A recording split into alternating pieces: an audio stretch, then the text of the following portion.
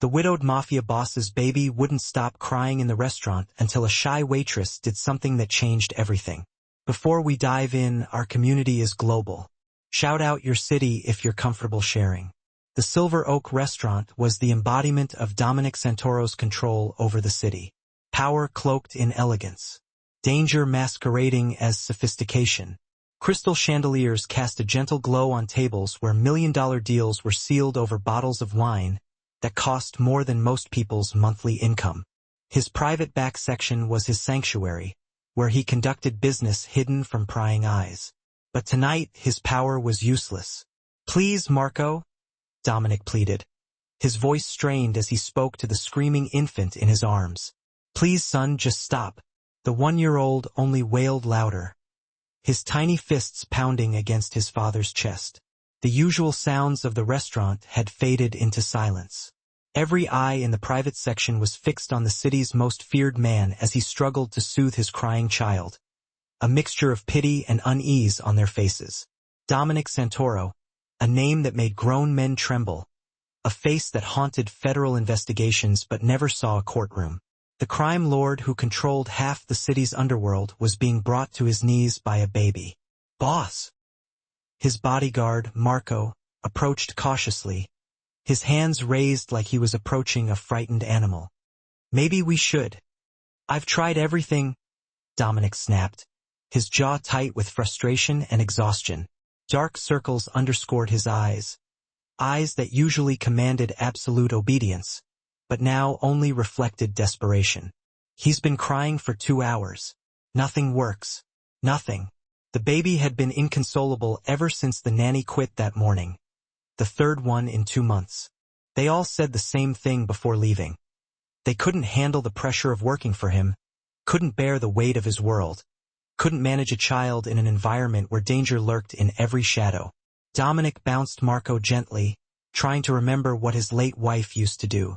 But it had been 6 months since Sophia died in the car accident, and every day, the distance between him and his son seemed to grow wider.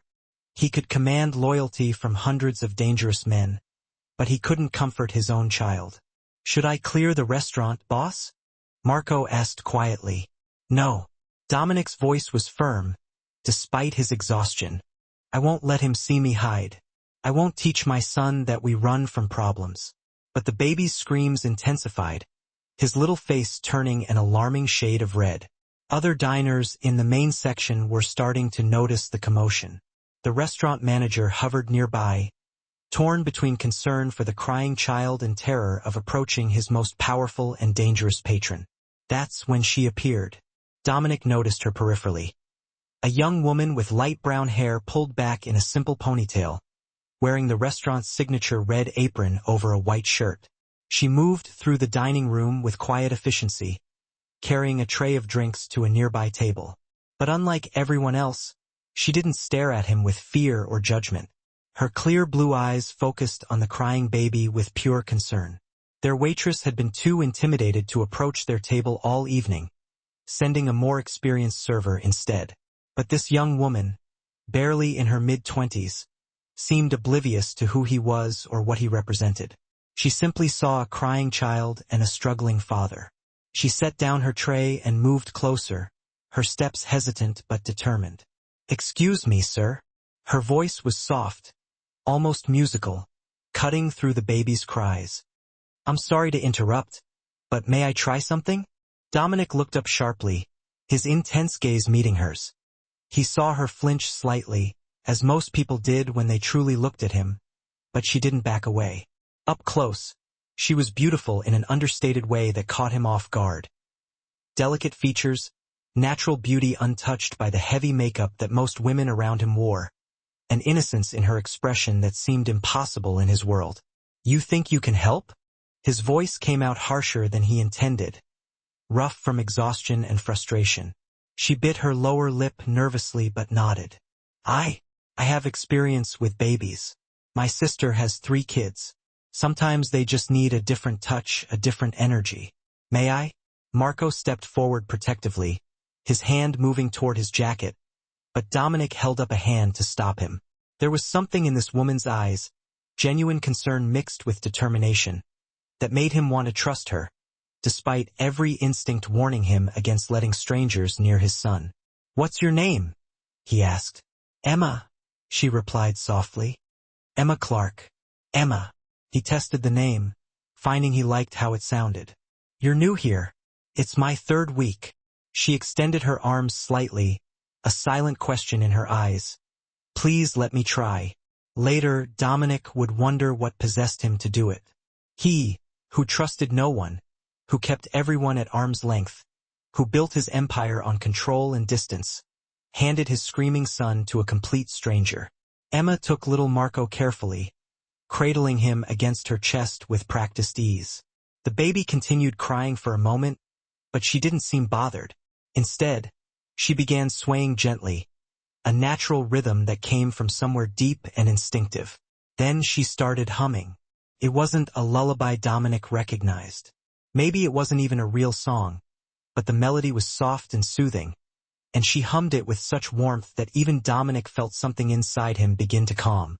Little Marco's screams faded to whimpers, his tiny fists unclenched. His red face began to return to its normal color. The entire restaurant seemed to hold its breath. Emma continued swaying, humming, her eyes closed as if she and the baby existed in their own peaceful bubble. She looked completely natural holding him, like she'd been doing it her whole life. The stressed lines around her eyes, lines Dominic now noticed despite her youth, smoothed out as she focused entirely on comforting the child. Within 2 minutes, little Marco was silent. Within 3, his eyes were closing. Within 5, he was asleep against her shoulder, breathing deeply and peacefully.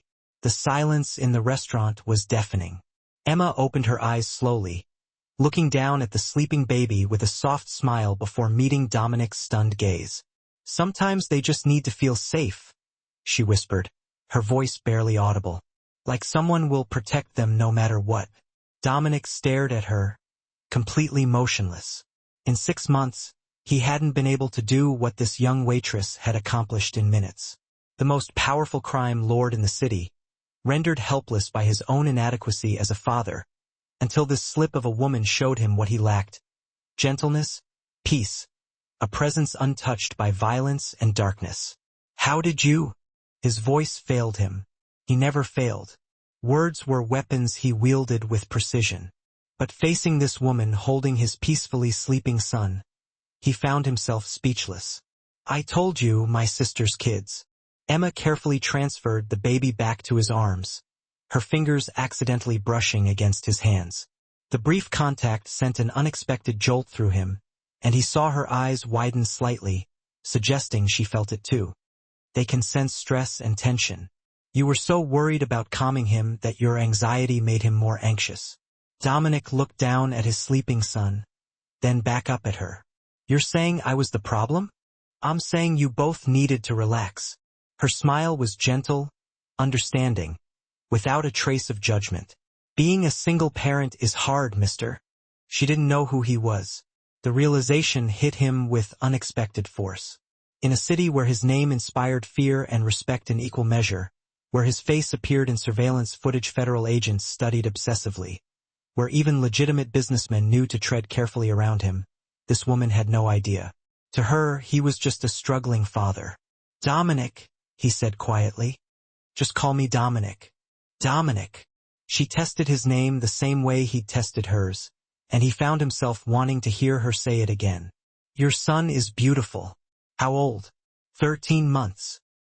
He adjusted little Marco carefully, terrified of waking him now that he was finally peaceful. "His mother died 6 months ago. I've been struggling." Genuine sympathy flooded Emma's eyes. "I'm so sorry. That must be incredibly difficult." "I can handle difficult." The words came out automatically, the armor he wore every moment of every day sliding back into place. "I can handle anything, but this..." He looked down at his son. "This is different. Love usually is." Emma's voice was so soft he almost missed the words. Different from everything else. Harder and more beautiful at the same time.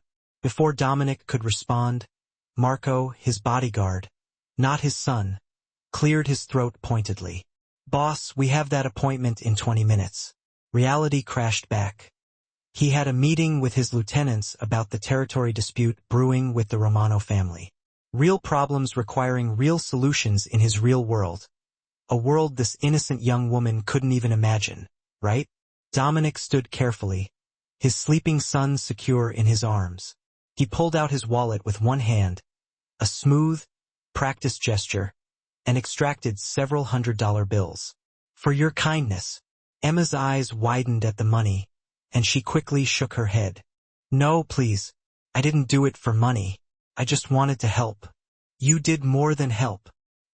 He pressed the bills into her hand, his fingers deliberately brushing against hers again, chasing that inexplicable spark. Take it, please. She looked uncertain but finally nodded, slipping the money into her apron pocket. Thank you. That's very generous. Emma. He said her name like a command, making her meet his eyes. Thank you, truly. She smiled, a real smile that lit up her entire face, and Dominic felt something shift inside his chest. Something he hadn't felt since Sophia died. Something he couldn't afford to feel. You're welcome, Dominic. Take care of that beautiful boy. He nodded, unable to form more words, and turned toward the exit. His security team fell into formation around him automatically, for large men in dark suits whose presence alone changed the atmosphere of any room. As they moved through the restaurant, he felt every eye on them, saw the recognition dawning on faces as people realized who he was. At the door, he glanced back. Emma had returned to her work, clearing a nearby table with quick, efficient movements. But as if sensing his gaze, she looked up. Their eyes met across the crowded restaurant, and he saw the exact moment recognition flickered in her expression, not of his face, but of the power that surrounded him, the dangerous world he represented. Her smile faded. Uncertainty replaced the warmth in her eyes. Good, he thought as he walked into the night, his sleeping son in his arms and his bodyguards surrounding them like a human shield. Better she realizes now, better she understands to stay away. But as his car pulled away from the restaurant, Dominic found himself hoping, against all logic, against all his carefully maintained control, that she wouldn't stay away, that he would see Emma Clark again, and that terrified him more than any rival ever could. Emma couldn't stop thinking about him. 3 days had passed since that night at the Silver Oak, and Dominic's face haunted her every quiet moment.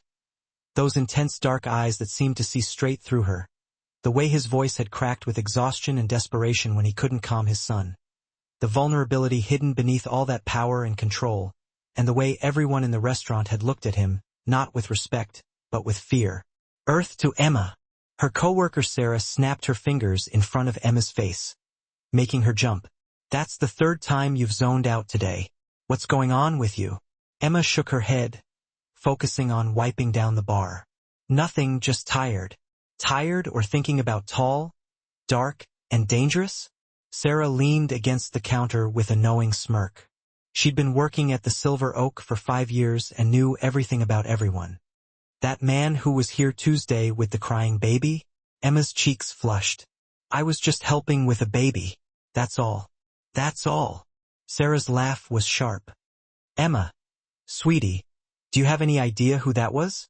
The question made Emma's stomach tighten with unease. He said his name was Dominic. Dominic Santoro? Sarah lowered her voice, glancing around to make sure no one was listening. He owns this restaurant, along with half the businesses in this city. The half that aren't exactly legal. Emma's hands stilled on the glass she was polishing. What do you mean? I mean he's connected. Like connected, mafia, crime lord, whatever you want to call it. Sarah's expression turned serious. The kind of man you smile at, serve professionally, and never ever get close to. The kind of man people disappear for crossing. The words hit Emma like ice water.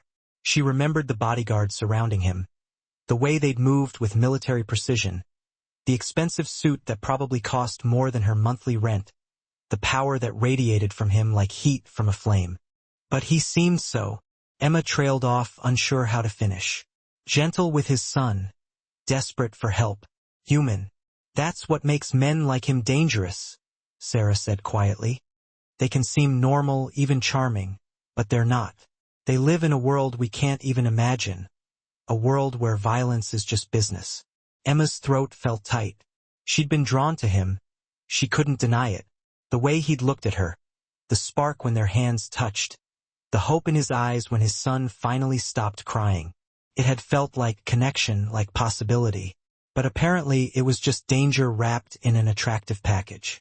"Hey, we need more wine glasses in the back section," their manager called out. "Emma, can you grab them from storage?" Grateful for the escape from Sarah's knowing look, Emma nodded and headed toward the back hallway that led to the storage rooms. The Silver Oak was an old building, renovated, but still full of narrow corridors and rooms that felt cut off from the main restaurant. She was pulling a box of glasses from the shelf when she heard voices drifting through the thin wall, voices coming from the private dining room next door. "Can't let the Romano family keep pushing into our territory." The voice was deep, authoritative, and achingly familiar. Dominic. Emma knew she should leave, should walk away and pretend she'd heard nothing, but her feet stayed rooted to the floor. "They're testing you, boss." Another male voice, gruff and older. "They think because you're distracted with the kid, you're weak. We need to send a message." "No." Dominic's voice was firm. "No messages that bring attention. The feds are already watching too closely. We handle this quietly. Make it clear the docks belong to us without starting a war." A long pause. "And if they don't back down, then they'll learn what happens when you underestimate me. But I won't make my son grow up surrounded by unnecessary violence. We do this smart, not loud." Emma's hands trembled as she gripped the box of glasses. Territory, messages, the docks. This was real. Sarah was right. Dominic Santoro wasn't just connected to the criminal world. He ran it. She turned to leave as quietly as possible, but her elbow caught the edge of a metal shelf. The clang echoed through the storage room like a gunshot. Everything went silent in the next room. "Check that," Dominic commanded. Footsteps approached. Emma's heart hammered against her ribs as the storage room door swung open and a large man in a dark suit appeared. One of the bodyguards from Tuesday night. His eyes widened slightly when he saw her. "Boss, it's the waitress from the other night." More footsteps. Then Dominic filled the doorway, and Emma's breath caught. Despite everything she now knew, he was dressed in black again. Black suit jacket over a crisp white shirt, the top buttons undone, revealing a gold chain and the edge of a tattoo on his collarbone. His dark hair was perfectly styled, his stubble jaw sharp enough to cut glass. He looked dangerous, powerful, everything she should run from. But when their eyes met, she saw recognition flare in his gaze, followed immediately by concern. "Emma?" Her name was a question and a warning all at once. "What are you doing back here?" "Getting glasses." Her voice came out steadier than she felt. "I didn't mean to. I wasn't." "How much did you hear?" The question was soft but carried an edge that made her shiver. "I don't know what you're talking about." The lie tasted bitter on her tongue. "I just got here." Dominic studied her face with unnerving intensity, and she had the terrifying feeling he could see right through her deception. Finally, he turned to his bodyguard. "Give us a minute, Marco." "Boss, I don't think." "A minute." The command was absolute. The bodyguard hesitated, then nodded and stepped back, though he remained visible through the doorway. Dominic moved fully into the storage room and pulled the door partially closed, creating a small pocket of privacy. He was so close Emma could smell his cologne, something expensive and woody that made her dizzy. Or maybe that was fear. "You're scared of me now." It wasn't a question. Dominic's jaw tightened, a muscle jumping beneath the stubble. "Sarah told you who I am. Are you going to hurt me?" The question burst out before Emma could stop it. "Because I heard something I shouldn't have." Pain flashed across his face so quickly she almost missed it. "No, Emma. No, I would never." He stopped, dragging a hand through his hair and disrupting the perfect styling. It made him look younger, more human. "I don't hurt innocent people. That's not who I am." "But you do hurt people." She couldn't keep the accusation from her voice. "You just said you'd send a message to this Romano family." "The Romano family are criminals who prey on this city. His voice was low, intense. They traffic drugs to kids, run protection rackets that destroy small businesses, use violence indiscriminately. I keep them in check. I maintain order in places the law can't reach. By being a bigger criminal. Emma shook her head, trying to reconcile the man in front of her with the image Sarah had painted. You can't justify. I'm not justifying anything. He stepped closer, and she pressed back against the shelf. But he didn't touch her, just stood there looking at her with an expression that seemed carved from stone. I'm explaining. I was born into this world, Emma. My father ran this organization before me. When I was 10, I watched the Romano family kill him because he wouldn't give them our territory. They left him bleeding in the street while his children watched. Emma's anger faltered. Dominic, I had a choice. Take over or watch everything he built fall to animals like them. So, I became what I needed to become to survive, to protect my family, to keep some semblance of control in a world that has none. His voice dropped to almost a whisper, and then I met Sophia, and she showed me I could be more than just this. We had Marco, and for a while I had hope I could leave this behind, build something clean for my son. What happened? Emma asked softly, already dreading the answer. The Romanos happened. Darkness filled his eyes, an abyss of grief and rage. They ran her car off the road 6 months ago, made it look like an accident. She was coming home from her mother's house alone because I insisted on maximum security at home, but thought she'd be safe for one simple drive. Emma's hand flew to her mouth. Oh God. So, no, I'm not a good man by any conventional measure. Dominic's voice was raw with barely controlled emotion. I've made choices that keep me up at night. I've done things I can't take back.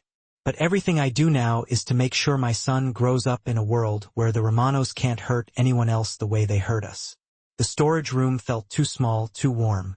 Emma's mind spun with conflicting emotions. Fear and sympathy, attraction and self-preservation. This man had killed people, probably ran a criminal empire, definitely. But he'd also been a victim, a father trying to protect his child, a widower still drowning in grief. You should stay away from me, Dominic said quietly, reading her internal struggle. Sarah's right about that. My world is dangerous and you're too good for it, too pure. But He stopped, something vulnerable crossing his features. I haven't been able to stop thinking about you since Tuesday. The way you calmed Marco, the way you looked at me like I was just a man, not a monster. I don't think you're a monster, Emma whispered, and realized it was true. I think you're a man who's been forced into impossible situations and done what he thought he had to do. That doesn't make it right, but it doesn't make you a monster either. Emma. Her name sounded like a prayer on his lips. You should go. Forget you saw me here tonight. Forget everything you heard. What if I don't want to forget? The words hung between them, dangerous and electric. Dominic's dark eyes widened slightly, and for a moment, Emma saw past all his armor to the lonely, desperate man underneath. The one who'd looked so lost trying to calm his crying son. The one who'd thanked her with such genuine gratitude. Then you'd be making a mistake that could get you hurt. But even as he said it, he moved closer, drawn despite his warnings. People who get close to me become targets. The Romanos would love nothing more than to hurt someone I care about. You barely know me. Why would they think you care? Because I do. The admission seemed torn from somewhere deep inside him. From the moment you smiled at my son, from the moment you touched my hand and looked at me like I was worth saving, I care, Emma. And that makes you dangerous to have near me. Emma's heart pounded so hard she was certain he could hear it. Every rational part of her brain screamed to run, to thank him for the honesty and never look back. But a deeper part, the part that had always been drawn to broken things, that believed in second chances and redemption, that part wanted to stay.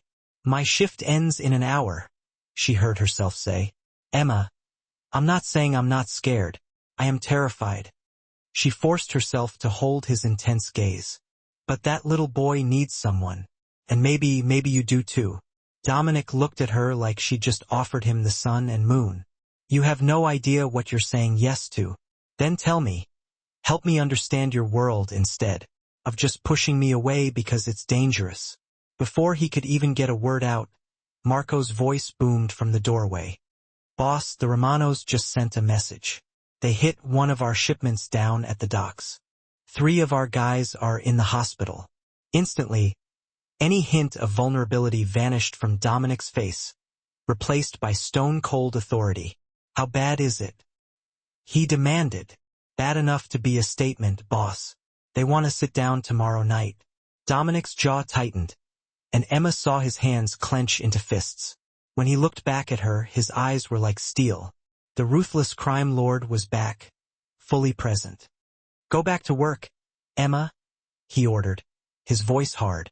"Forget this conversation ever happened. Dominic, this is my world now." His voice was pure ice. "This is what being around me means. Violence, retaliation, people getting hurt. You still want to grab coffee and chat about it?" Emma swallowed hard, but she stood her ground. "My shift ends at 11. I'll be at the diner on 5th Street. She took a deep breath. "If you want to keep pushing me away to protect me, fine. But if you want someone who sees you as more than just a title, I'll be there." Grabbing her box of glasses, she walked past him before her courage could fail her. She felt his eyes boring into her back the whole way down the hallway, like a brand. It wasn't until she reached the main restaurant floor that she started shaking. What had she just done? Invited a mafia boss for a late-night coffee date? Offered to be part of a world where people end up in hospitals for crossing the wrong family? But as she went through the motions of her shift, serving tables and smiling at customers, all she could think about was the look in Dominic's eyes when he'd said he cared, the grief when he'd spoken about his wife, the determination when he'd promised to protect his son from the same violence that had shaped him. At 10:55, Emma clocked out and grabbed her coat. Sarah caught her arm. "Please tell me you're not actually meeting him." Emma couldn't lie to her friend.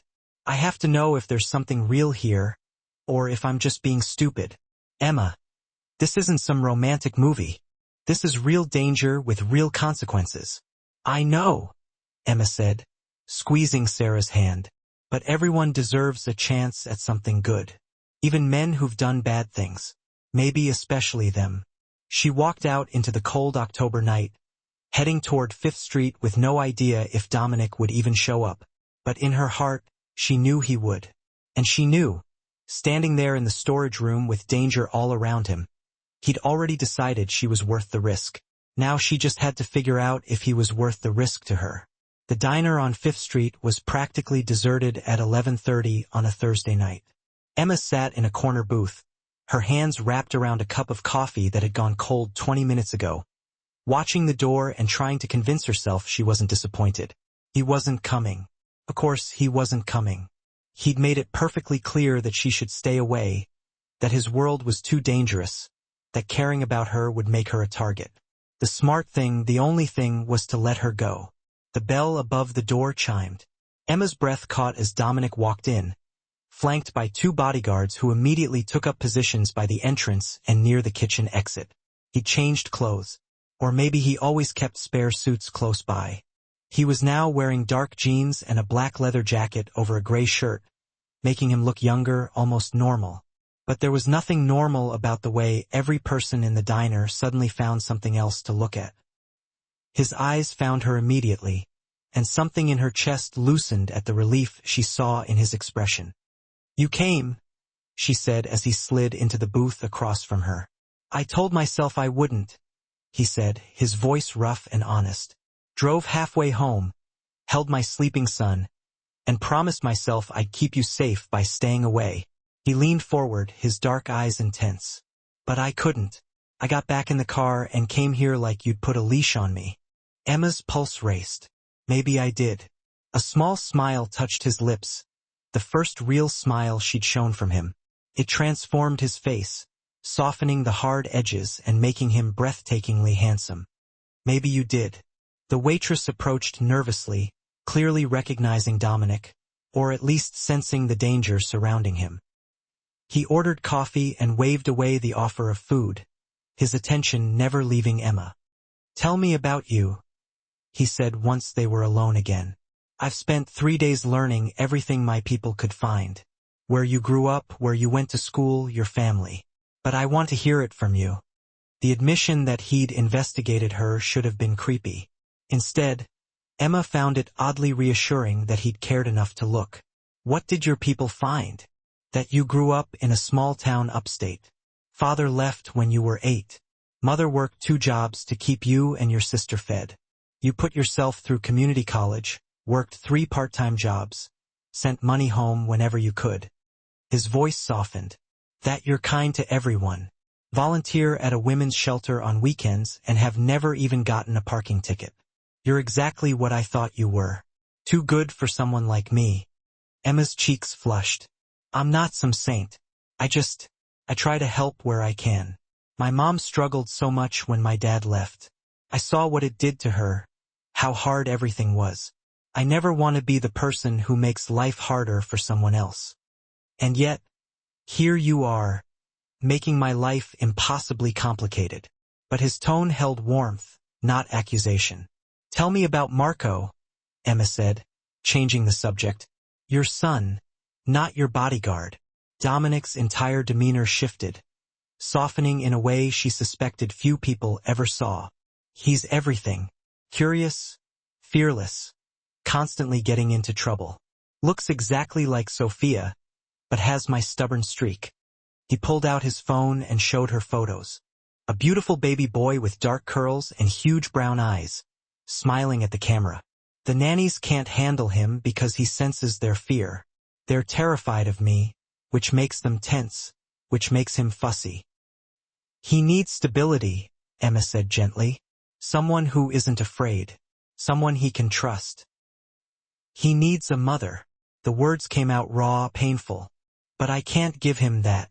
Can't ask any woman to walk into this life, this danger, for a child that isn't even hers. Emma reached across the table impulsively, covering his hand with hers. You'd be surprised what people will do for love. Dominic stared at their joined hands, then slowly turned his palm up to lace his fingers through hers. The touch was electric, intimate, more meaningful than it should have been. Emma, I need you to understand something. The Romanos aren't going to stop. They want my territory, my business, everything I've built. They've already taken my wife. They won't hesitate to hurt anyone else I care about. Then don't care about me? Emma said, even as her heart screamed the opposite. Keep me at a distance. Use me as a nanny if Marco needs someone, but nothing more. It's too late for that. His thumb traced circles on her palm, sending shivers up her arm. It was too late the moment you smiled at my son. The moment you hummed that song and made everything peaceful. You became important, Emma. And that's the most dangerous thing you could ever be in my world. The diner suddenly felt too warm, too small. Emma was acutely aware of his bodyguards watching them, of the very real danger this man represented, of how badly she wanted to lean across the table and kiss him despite all of it. What happened with the Romano family tonight? She asked instead. The attack on your people? 3 of my men are in the hospital with broken bones and concussions. The Romanos destroyed a shipment worth $500,000. His jaw tightened. It's a declaration of war. They want to sit down tomorrow night to discuss terms. But what they really want is to see if I'll back down. Will you? No. The single word was absolute. But I'll be smart about how I handle it. For Marco's sake, I won't let him grow up watching his father become a monster. Emma studied his face. The hard lines carved by violence and loss, but also the grief and determination underneath. You're already not a monster, Dominic. A monster wouldn't care about his son growing up around violence. Wouldn't have tried so hard to calm him in that restaurant. Wouldn't be sitting here worrying about putting me in danger. You see the best in people. He said it like an observation, like something rare and precious, even when they don't deserve it. Everyone deserves someone who sees the best in them. They sat in silence for a moment, the air between them charged with everything unspoken. Emma knew she should pull her hand away, should leave this diner, and never look back. But she also knew with absolute certainty that she wouldn't. Come meet Marco, Dominic said suddenly. Tomorrow afternoon, come to my house, spend time with him. See if what happened at the restaurant was a fluke, or if you really have some magic touch. He paused, vulnerability crossing his features. And see my world for what it really is. Not just the danger, but the life I've built. Then make your decision about whether you want any part of it. It was a test. Emma realized he was giving her a chance to see everything, the wealth, the security, the armed guards, the reality of his life, before she committed to anything. Before either of them got in too deep. Except Emma suspected they were already in too deep. "What time?" she asked. Relief flooded his expression. 2 o'clock. I'll send a car. I can take the bus. No. His grip on her hand tightened protectively. Not anymore. If you're going to be part of my life in any capacity, you don't travel alone. You don't take risks. The Romanos have people everywhere. And if they even suspect you matter to me, they'll use you. The words should have terrified her. Instead, Emma felt a strange thrill at the protectiveness in his voice, the possessive way he said, "My life," as if she already belonged there. They talked for another hour, about everything and nothing. Emma told him about her dream of opening a small bookstore someday, about her sister's kids and how much she missed them, about the women's shelter and the stories that broke her heart. Dominic told her about his mother, who died of cancer when he was 16, about taking over the organization at 18, about the strange isolation of being feared by everyone around him. By the time they left the diner, Emma felt like she knew him in a way that went beyond facts and history. She understood the weight he carried, the impossible choices that had shaped him, the loneliness of being powerful but alone. Outside, his car waited, a sleek black SUV with tinted windows. One of the bodyguards opened the door for her. "I'll take you home," Dominic said. Emma nodded, too aware of him beside her in the back seat, the warmth of his body just inches away. They didn't touch during the drive, but the tension was suffocating. When they pulled up outside her modest apartment building, Dominic walked her to the door despite her protests. "This neighborhood isn't safe," he said, his eyes scanning the dark street with professional assessment. "You should move. I can't afford anywhere safer on a waitress's salary." "Then let me." "No." Emma cut him off gently but firmly. "I'm not taking your money, Dominic. If we're going to, whatever this is, it has to be because we want to be together, not because you're taking care of me financially." He studied her face in the dim light from the street lamp, and she saw admiration in his eyes. "You really are too good for me. Stop saying that." Emma stepped closer, emboldened by the late hour and the emotions swirling between them. "You keep trying to push me away by telling me how dangerous you are, how bad you are. But I'm still here. I'm still choosing to see you tomorrow. So maybe accept that I see something in you worth the risk." Dominic's hand came up to cup her cheek, his touch gentle despite the violence those hands had surely committed. "Emma." She didn't let him finish. Rising on her toes, she pressed her lips to his. For a heartbeat he froze. Then he pulled her against him with a groan, kissing her back with an intensity that stole her breath. His other hand tangled in her hair, tilting her head to deepen the kiss. He tasted like coffee and something darker, something dangerous and addictive. Emma's hands fisted in his leather jacket, holding on as the world spun around them. This was madness. This was dangerous. This was everything she shouldn't want. But God, she wanted it. When they finally broke apart, both breathing hard, Dominic rested his forehead against hers. "You're going to destroy me. Or save you," Emma whispered back. "Tomorrow," he said, his voice rough with promise.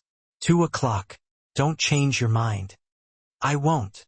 He kissed her once more, softer this time, almost reverent, then stepped back. "Go inside.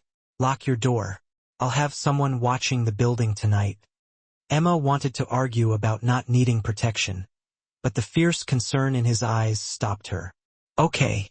She watched from her window as his SUV drove away, her fingers touching her still tingling lips. She just kissed a Mafia boss. Agreed to visit his home tomorrow. Stepped fully into a world she didn't understand, and she couldn't wait. Emma was so lost in her thoughts that she didn't notice the dark sedan parked across the street. Didn't see the man inside taking photos of her building. Didn't know that by kissing Dominic Santoro in public, she just painted a target on her back. By morning, the Romano family would know exactly who she was, and they'd know exactly how to hurt him. The car that picked Emma up at exactly 2 o'clock wasn't just luxury. It was a fortress on wheels. Bulletproof glass, she realized as the driver opened the door. Reinforced panels. The kind of vehicle that screamed, "Someone important travels here."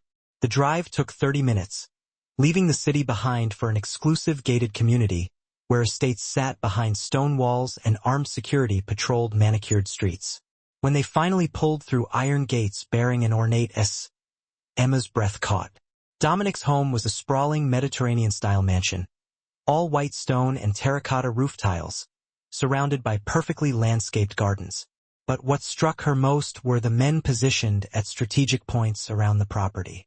At least 6 that she could see, all wearing suits, all clearly armed. This wasn't just a home, it was a fortress. "Miss Clark." The driver opened her door. "Mr. Santoro is waiting in the garden." Emma followed a stone path around the side of the house, her heart hammering with each step. She'd spent all night replaying that kiss, the way Dominic had held her like she was precious and breakable. But seeing his world in daylight, the wealth, the security, the unmistakable reality of his power, made everything feel overwhelmingly real. She found him in a private garden area, sitting on a blanket spread across the grass.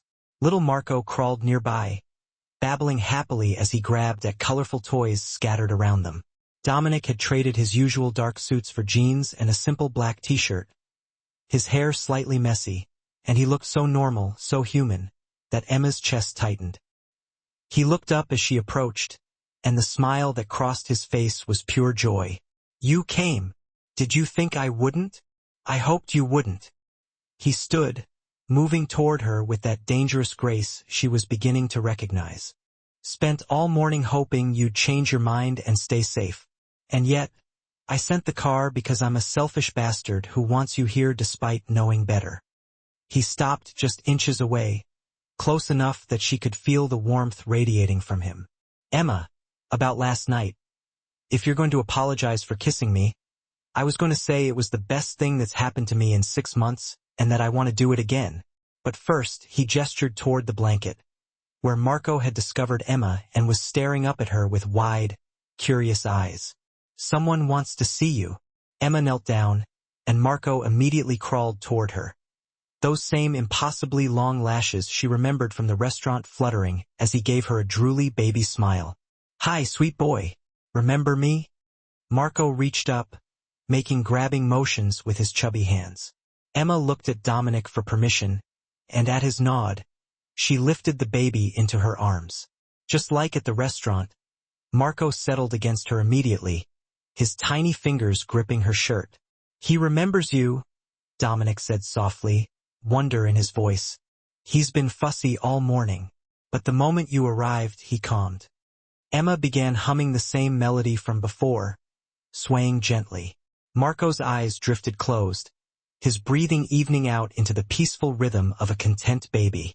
When she looked up, Dominic was watching them with such raw emotion on his face that it stole her breath. "Sophia used to hold him exactly like that," he whispered. "That same gentle way, like he was the most precious thing in the world." "He is precious." Emma sat down on the blanket, cradling the drowsy baby. "Tell me about her, about Sophia." Dominic lowered himself beside her, close enough that their shoulders touched. "She was light. In a world that's all darkness, she was pure light. We met at a charity gala. She was there volunteering, helping coordinate the event. She had no idea who I was, just saw me as another guest." He smiled at the memory.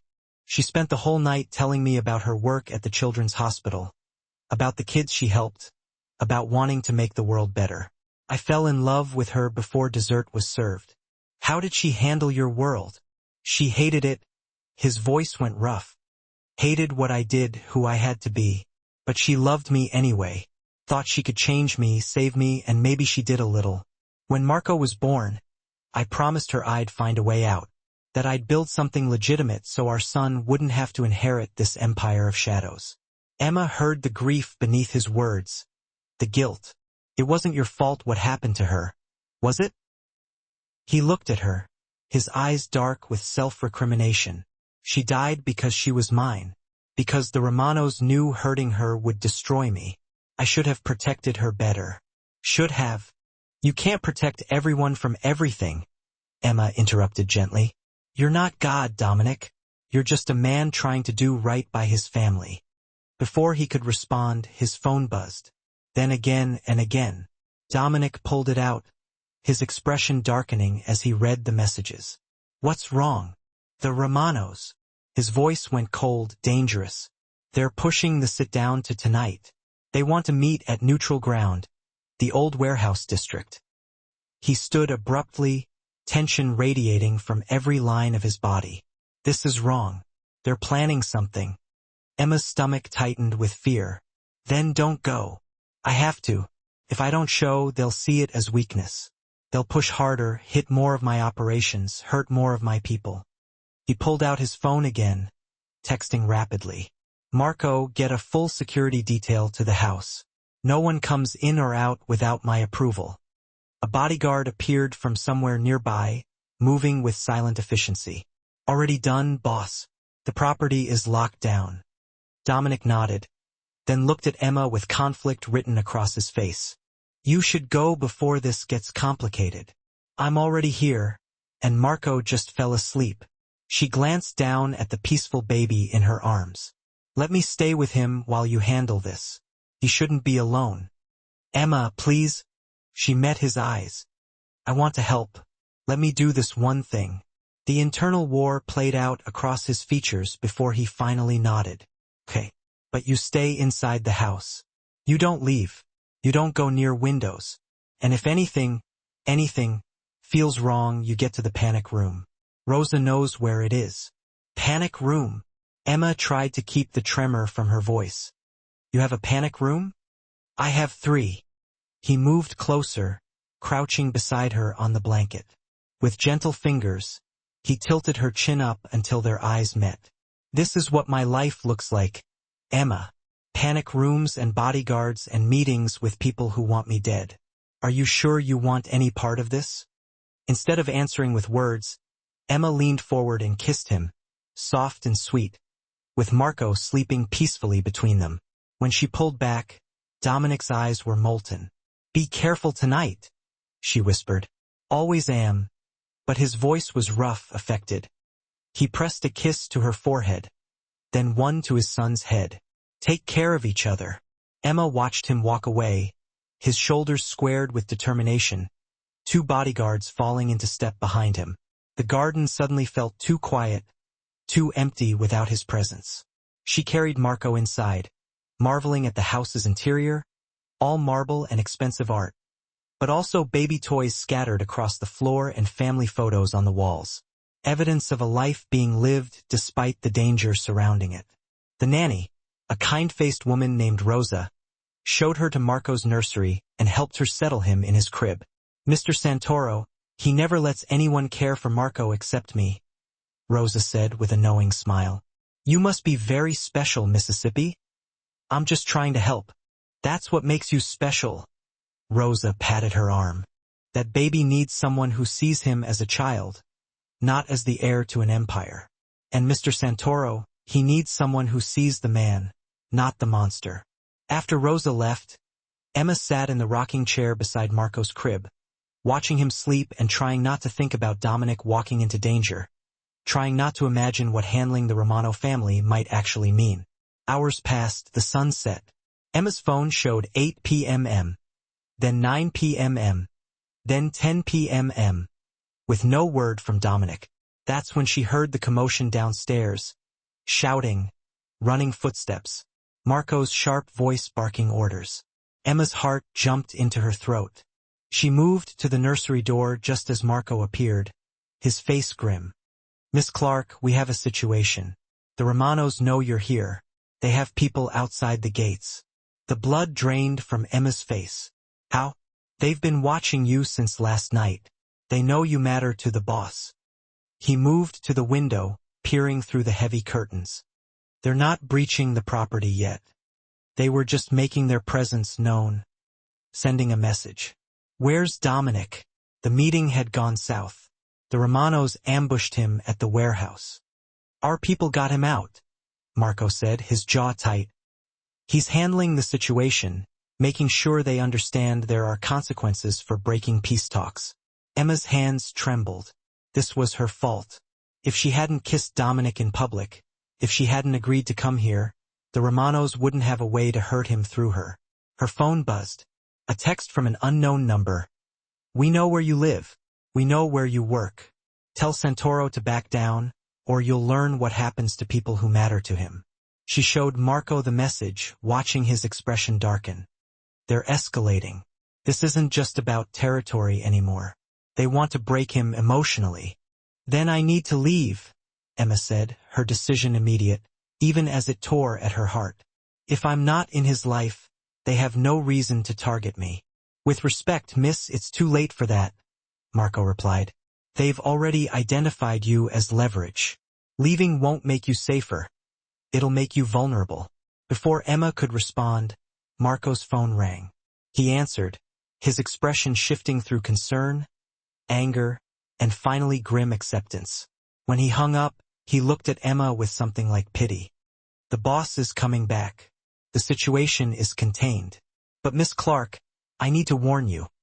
He's going to send you away for your safety, and you need to let him. What happened tonight? Emma asked. The Romanos learned a lesson about respect. Marco's voice was carefully neutral. But they also learned that you're his weakness. They'll keep coming after you to get to him. The only way to keep you safe is to keep you away. Emma's chest ached. I don't want to be kept safe. I want. It doesn't matter what you want. Marco's voice was gentle but firm. When the boss loves someone, he protects them, even if it destroys him to do it. Especially then. The word love hung in the air between them, impossibly large and terrifying.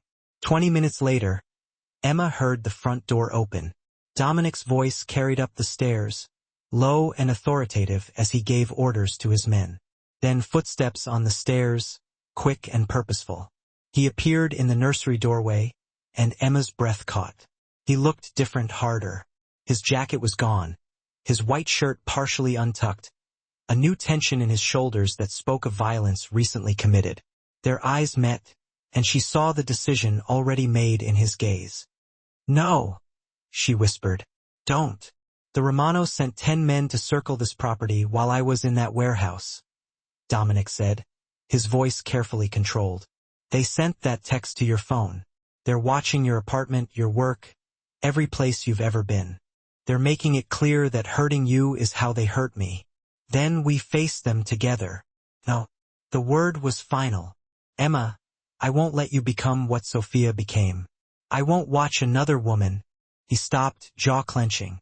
I won't watch you die because you made the mistake of caring about me. That's not your choice to make. Yes, it is. He moved closer but didn't touch her, as if afraid that contact would break his resolve. I'm having you move to a safe location. New identity, new city, new life. Somewhere the Romanos can't find you. You're asking me to disappear?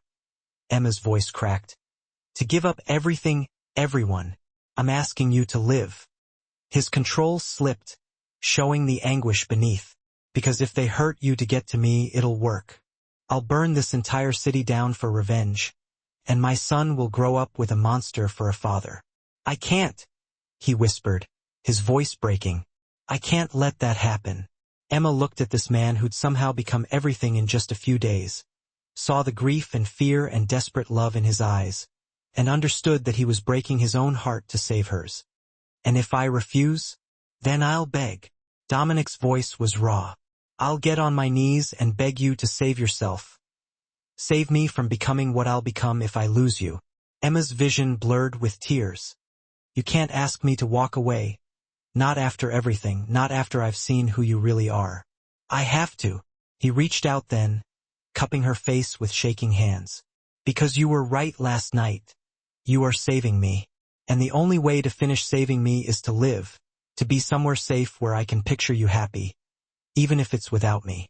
He kissed her then, desperate and heartbreaking, tasting of goodbye. Emma kissed him back, memorizing every second, knowing it might be their last. When they broke apart, both were crying. "I love you," Dominic whispered against her lips. "I know it's too fast, too impossible. But I love you, Emma Clark, and that's why you have to go." "I love you, too," she whispered back, the truth of it piercing her heart. "Which is why I'll do what you're asking." "But Dominic," she pulled back to look him in the eyes. "Finish this with the Romanos. End it and then come find me." Hope and pain warred in his expression. "I'll spend every day working toward that. Promise me." "Promise." They stood there, holding each other in the nursery while baby Marco slept peacefully, unaware that the woman who'd brought peace to his life was about to disappear into the night. Emma was leaving, but she was taking Dominic's heart with her. 3 months. Emma had been gone for 3 months, living in a small coastal town in Oregon under the name Emily Carter, working at a bookstore, and trying to pretend her heart wasn't 3,000 miles away. The safe house was comfortable, the new identity seamless, the security Dominic had arranged invisible but constant. But none of it filled the emptiness inside her. She thought about him every day, wondered if baby Marco still cried for her, wondered if Dominic had managed to resolve things with the Romanos, wondered if he thought about her as obsessively as she thought about him. The answer came on a gray December morning when the bookstore's bell chimed and Emma looked up to see Dominic Santoro standing in the doorway. Her breath stopped. He looked different, older somehow. Despite only 3 months passing, there were new lines around his eyes, a weariness in his posture that spoke of battles fought and won at great cost. But when their eyes met, his entire face transformed with relief and longing. "Hi," he said softly. Emma's hands trembled as she set down the book she'd been shelving. "You're here. I promised I'd come find you." He moved closer, slow and careful, like approaching something precious and breakable. "It took longer than I wanted, longer than I could stand, but I had to make sure everything was finished, that you'd be safe." "The Romanos." Her voice barely worked. "Gone." The single word carried weight, finality, and darkness. The family no longer exists as an organization. Their leadership was dealt with. Their territory was absorbed or redistributed. The federal investigation that's been following me for years suddenly found all the evidence they needed to prosecute the remaining members. His jaw tightened. "I made sure it would never threaten my family again." Emma heard what he didn't say, that he'd probably crossed lines, made deals, done things he couldn't take back. "How?" "I can't tell you details, for your protection and mine." He stopped just a few feet away, close enough to touch but not touching. "But I can tell you that I didn't become the monster I was afraid of becoming. I was strategic, cold, but not cruel. I dismantled them piece by piece until they had nothing left. And then I made sure the law finished what I started." The cost. She could see it in his eyes, the weight of what he'd done. "Everything I built over 15 years. His voice was steady but sad. "I gave the federal prosecutors information on my own operations in exchange for immunity and a way out. My organization is being dismantled under government supervision. My assets are being liquidated, with most going to restitution for victims." He met her eyes. "I'm not a crime lord anymore, Emma. I'm just a man trying to build a legitimate life for his son." Emma's heart hammered against her ribs. "You gave it all up?" "Not all. I kept enough to be comfortable, to give Marco a good life. But the empire, the power, the name that made people cross the street, that's done." He took a shaky breath. "I did what Sophia wanted me to do years ago, what I should have done the moment Marco was born. I got out because of me, because of you, because of him, because I finally understood that power without love is just another prison." Dominic's voice roughened with emotion. "These 3 months without you were hell, Emma. I'd wake up reaching for you. Marco would cry, and I'd turn around, expecting to see you there, humming that song that always calmed him. The house felt empty. My life felt empty." Tears streamed down Emma's face. "I missed you so much it hurt to breathe." "Then breathe with me again." He closed the distance between them, his hands cupping her face with desperate gentleness. "Come home, not to my world of danger and violence. That world doesn't exist anymore. Come home to me and Marco. Build a real life with us, the kind of life you deserve. What are you asking me? Everything. His thumbs wiped away her tears. I'm asking for everything, Emma. Marry me. Be Marco's mother. Help me figure out who I am when I'm not defined by power and fear. I'm asking you to take a chance on a man who spent his whole life being something he hated but who wants desperately to be worthy of your love. Emma's heart felt too large for her chest. You're already worthy. Then say yes. He pressed his forehead against hers, his voice breaking. Please, Emma, say yes. Yes. The word came out on a sob. Yes. 1,000 times, yes.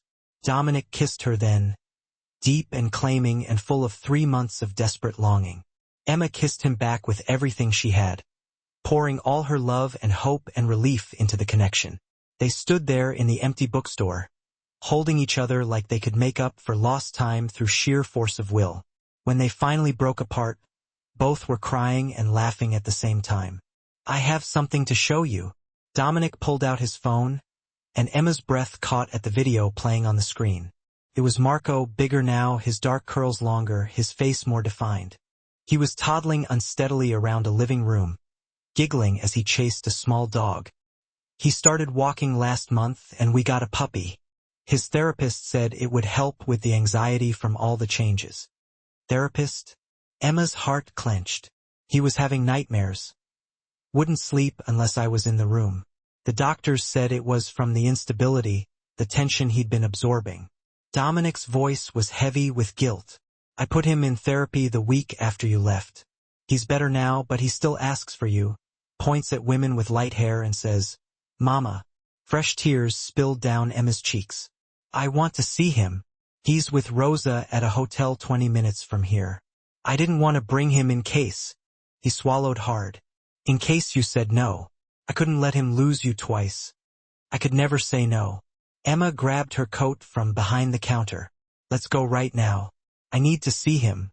Dominic's smile was brilliant, transforming his entire face. There's a car outside. As they drove to the hotel, Dominic explained everything that had happened in the 3 months they'd been apart. How he'd worked with federal prosecutors to bring down the remaining Romano leadership. How he'd cooperated in investigations of his own organization in exchange for immunity and a clean exit. How he'd sold properties, dissolved businesses, and severed ties with the criminal world that had defined his entire adult life. What will you do now? Emma asked. I'm investing in legitimate businesses, real estate development, restaurants, tech startups, things that won't get my son's father arrested or killed. He reached over to take her hand. And I'm going to be the father Marco deserves. The husband you deserve. Figure out who Dominic Santoro is when he's not the boss of anything except bedtime and diaper changes. Emma laughed through her tears. I can't wait to meet that version of you. At the hotel, Rosa answered the door with tears in her eyes. Miss Emma. Oh, thank God. That baby has been asking for you every day. And then Emma saw him. Marco. So much bigger now. Standing steadily on chubby legs, holding Rosa's hand. For a moment, he just stared at Emma with those huge brown eyes, processing. Then his face lit up with pure joy. Mama! He ran to her on unsteady legs, and Emma dropped to her knees to catch him. Marco crashed into her arms, his little hands grabbing fistfuls of her hair, his face buried against her shoulder. He was crying. Or maybe that was Emma. Maybe both. Hi, sweet boy, Emma whispered, rocking him back and forth. I'm here. I'm so sorry I left. I'm here now. Mama home? Marco pulled back to look at her face, his expression so hopeful it shattered her heart. Yes, baby. Mama's home, and I'm never leaving again. She looked up at Dominic, who was watching them with tears streaming freely down his face. This powerful man who'd commanded an empire, who destroyed his enemies and rebuilt his entire life. He was crying, watching his son reunite with the woman he loved. Emma held out her hand to him, and Dominic dropped to his knees beside them, wrapping his arms around both of them. They stayed there on the hotel floor, the three of them tangled together, and Emma felt something settle in her chest, something that felt like finally coming home. I need you to understand something, Dominic said later. after Marco had fallen asleep between them on the hotel bed. My past doesn't just disappear. There will always be people who remember who I was.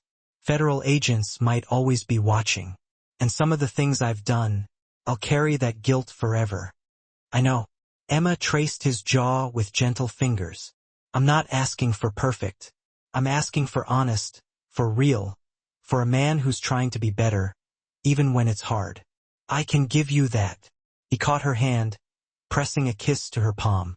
I want to do this right, court you properly. Get married. Make everything legal and official before you move in. Show you I'm serious about building a real life together. We've been through more in 4 days than most couples experience in years, Emma said with a soft laugh.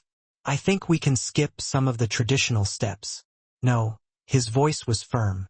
You deserve romance and proposals and a wedding where you're not looking over your shoulder. You deserve normal, Emma. Let me give you that. Looking at his earnest expression, Emma felt her love for this complicated, damaged, beautiful man deepen even further. Okay, we'll do it your way. But Dominic. Yes. I want to be part of Marco's life starting now. Not after a wedding or proper courtship. Now. He needs stability and consistency, and I'm not willing to make him wait. Dominic's eyes softened. You really do love him. I really do. Both of you.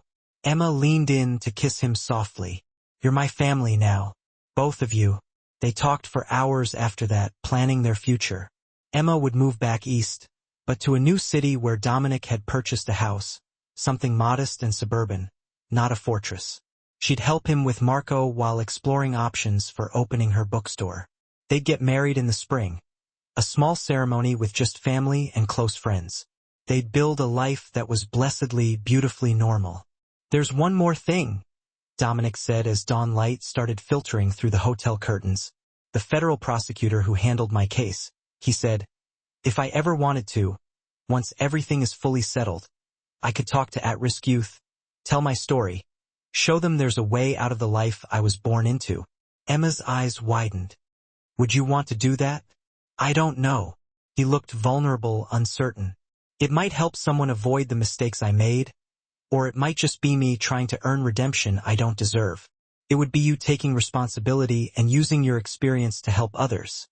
Emma corrected. That's exactly the kind of thing a good man does. You keep calling me a good man. His voice was wondering. Even knowing everything about me, because you are. Emma took his face in her hands, making sure he heard her. You were born into violence and power, and you did what you had to do to survive and protect your family. But when given the choice between keeping that power and building something real with the people you love, you chose love.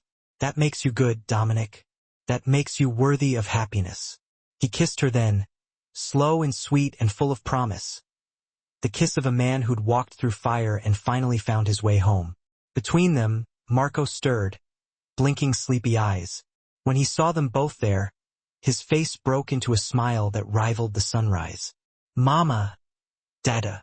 That's right, buddy, Dominic whispered, his voice thick with emotion. We're all here together. And in that hotel room, as morning broke over a new beginning, Emma understood that this was what love looked like. Messy and complicated and hard one. But real. So very real. They had survived the darkness. Now it was time to build their light. 8 months later, Emma stood in front of the mirror, smoothing down the simple white dress that hugged her curves before flowing to her knees. It wasn't an elaborate wedding gown. She'd insisted on something intimate and real, not the spectacle that Dominic's former life would have demanded. Just a beautiful dress for a beautiful day. You look perfect, Miss Emma. Rosa appeared in the doorway, tears already glistening in her eyes. Mr. Dominic is going to cry when he sees you. He better not start before me. Emma laughed, her own eyes already stinging. I want to at least make it through the vows. They were getting married in the backyard of their new home. A charming 2-story house in a quiet Connecticut suburb, far from the fortress mansion Dominic had left behind. The guest list was small. Rosa, Marco, the bodyguard who transitioned to legitimate security work, Emma's sister and her family, a handful of friends who'd stood by Dominic through his transformation, and the federal prosecutor who'd helped him build his new life. No criminal associates, no dangerous connections. Just people who loved them and wanted them happy. A knock at the bedroom door made Emma turn. Her sister Jennifer peeked in, holding Marco's hand. The little boy, now almost 2 years old, looked adorable in his tiny suit, his dark curls tamed into something resembling order. "Someone wants to see Mama before the ceremony," Jennifer said with a knowing smile. Marco pulled free and ran to Emma, his face lighting up with pure joy. "Mama, pretty." Emma knelt down carefully, not wanting to wrinkle her dress, and pulled him into her arms. "Thank you, sweet boy. Are you ready to be Daddy's best man?" "I big boy," Marco announced proudly, puffing out his chest. "I give Dada the ring." They'd been practicing for weeks for Marco's important job of carrying the rings down the aisle. He took his role very seriously, just like he took everything seriously with that intense focus he'd inherited from his father. "You're the biggest, most important boy here," Emma assured him, kissing his forehead. "Daddy is so proud of you." "Love, Mama." Marco hugged her tight. "Love, Dad. We family." Emma's heart swelled impossibly large. "Yes, baby. We're family." She'd been living with them for 6 months now, and watching Marco blossom had been the greatest joy of her life. The nightmares had stopped. The anxiety had faded. He was happy and secure, calling her Mama without hesitation, never once treating her like anything but his mother. Dominic had been right to wait to do things properly. The courtship had been sweet and slow. Dinner dates where they talked for hours. Weekends at the park with Marco. Quiet evenings watching movies after the toddler was asleep. Dominic had courted her like a man who'd been given a second chance at love and refused to waste a single moment. He'd also kept his promise about speaking to at-risk youth. Once a month, he visited detention centers and community programs, telling his story with raw honesty. No glorification. No excuses, just the truth about a life of violence, the cost of power, and the courage it took to walk away. Emma had gone with him to a session last month and watched teenage boys listen with rapt attention as Dominic explained why getting out was harder but infinitely better than staying in. "Miss Emma, it's time," Rosa called softly from the hallway. Emma took a deep breath, kissed Marco one more time, and stood. Her sister handed her a simple bouquet of white roses and squeezed her hand. "You sure about this?" Jennifer asked with a teasing smile. "It's not too late to run. I've never been more sure of anything in my life." The backyard had been transformed into something magical. White chairs arranged in neat rows, flowers everywhere, string lights hanging overhead even though it was still afternoon. And at the end of the short aisle, standing under an archway of roses, was Dominic. He wore a perfectly tailored navy suit, his dark hair styled back, his stubble jaw freshly trimmed. But what struck Emma most was his expression, pure, unguarded love and wonder as he watched her appear in the doorway. Rosa was right. He was definitely crying. The small string quartet began playing, and Emma started down the aisle, her sister on one side and Marco holding her other hand. The little boy took his job very seriously, walking carefully and waving at his father, who smiled through his tears. When they reached the archway, Dominic dropped to one knee to hug his son. "Good job, buddy. I'm so proud of you." Marco carefully pulled the ring box from his pocket and handed it over with great ceremony. "I did it." "You sure did." Dominic kissed his forehead, then stood and finally looked at Emma. Hi. She couldn't stop smiling, couldn't stop crying. "You're so beautiful. I forgot how to breathe." His voice was rough with emotion. "Emma, I save it for the vows," the officiant said with a kind smile. "I promise you'll get your chance." The ceremony was simple and perfect. The officiant spoke about love that transforms, about second chances and new beginnings, about families built through choice and commitment. When the time came for their vows, Dominic took Emma's hands in his, and she could feel them trembling slightly. Dominic paused, needing a moment to compose himself. "Emma," he began, "7 months ago, you walked into my life when I was at my absolute lowest. I was lost, broken, and terrified that I would never be a good father to my son. You looked past the power, the fear, and the darkness, and you saw the man I truly wanted to be. You didn't run when you discovered the truth about me, and you didn't abandon Marco when I had to send you away to protect you both. You just stayed in my heart, patiently waiting for me to fix what was broken so that I could come back to you as a whole person. Emma's tears were flowing freely now, streaming down her face. You've given me everything I thought I had lost forever when Sophia died. You've given me hope, love, laughter, and peace. You've given Marco a mother who loves him with her whole heart, unconditionally. You've given me a reason to be a better man every single day. His voice cracked with emotion. I promise to spend the rest of my life proving that I am worthy of your love. I promise to protect you and Marco with everything that I am.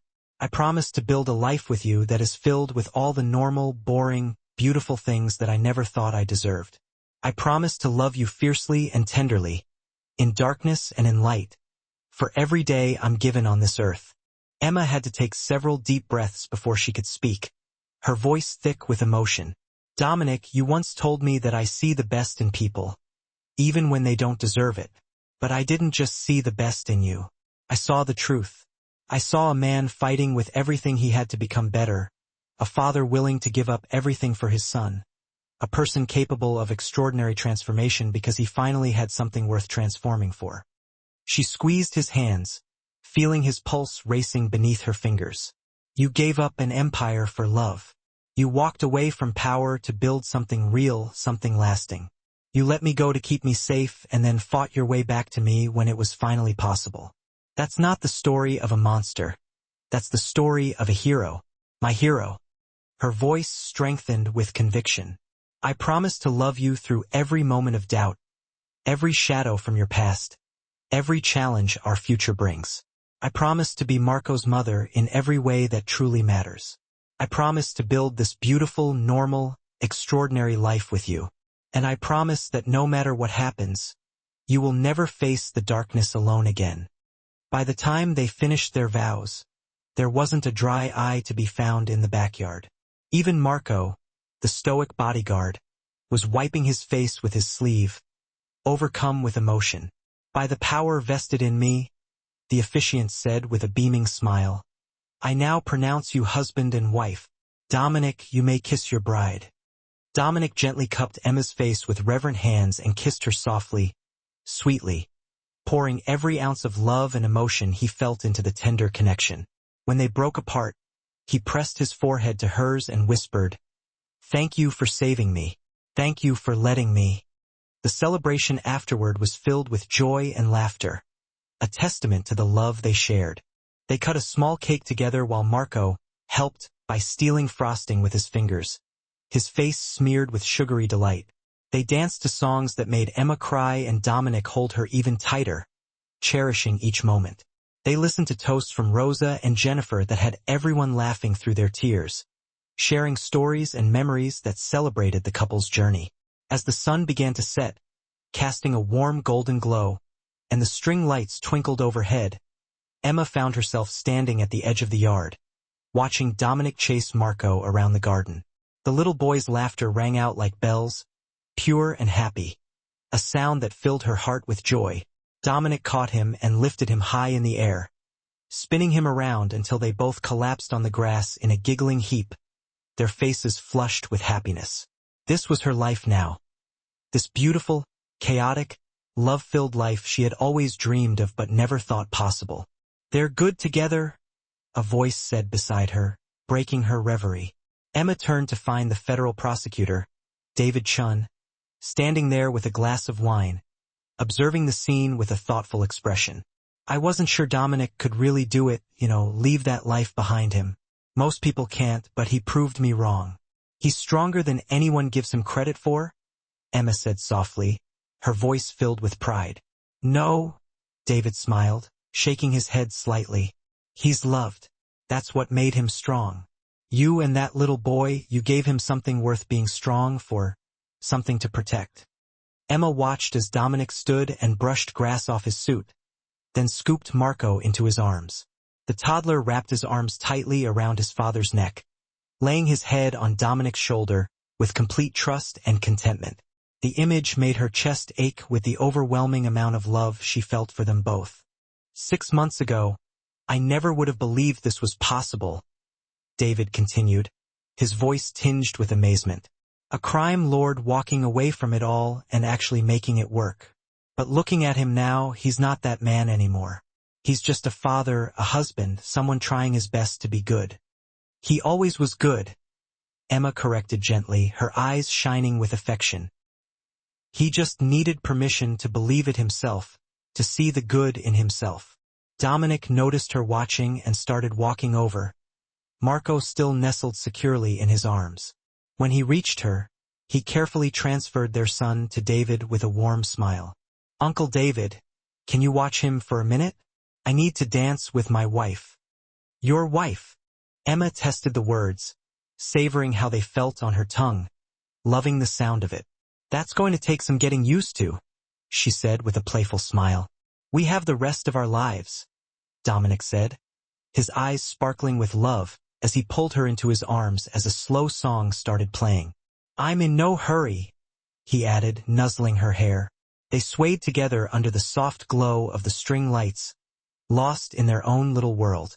And Emma felt overwhelmingly grateful for every impossible choice that had led them to this moment, to this perfect happiness. For the crying baby in a restaurant, for her impulsive decision to help a stranger, for Dominic's courage to love again despite his fears and his past. What are you thinking about? Dominic asked, reading her expression, his voice soft and tender. That night at the Silver Oak when Marco was crying and nothing would calm him, and I walked over without even knowing who you were. Emma smiled up at him, remembering the moment that had changed everything. If I'd known then what I know now, how complicated and dangerous and transformative it would all be, I wonder if I would have been brave enough to approach you. Dominic paused, his expression thoughtful, and his voice held a hint of vulnerability. I would have, he said with certainty. She stood on her toes to kiss him softly, her heart overflowing with love. 1,000 times over, I would have chosen you, chosen this, chosen us.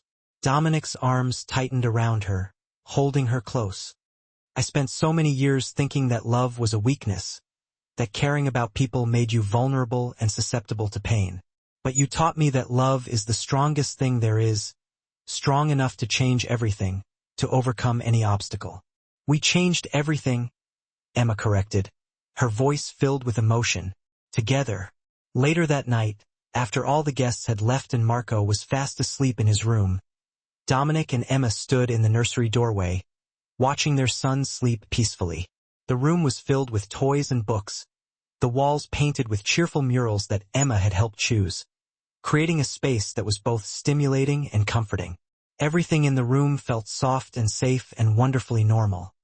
Sometimes, I can't believe this is real, Dominic whispered, his voice filled with awe and gratitude. That I actually get to have this. You him peace. Feels like a dream.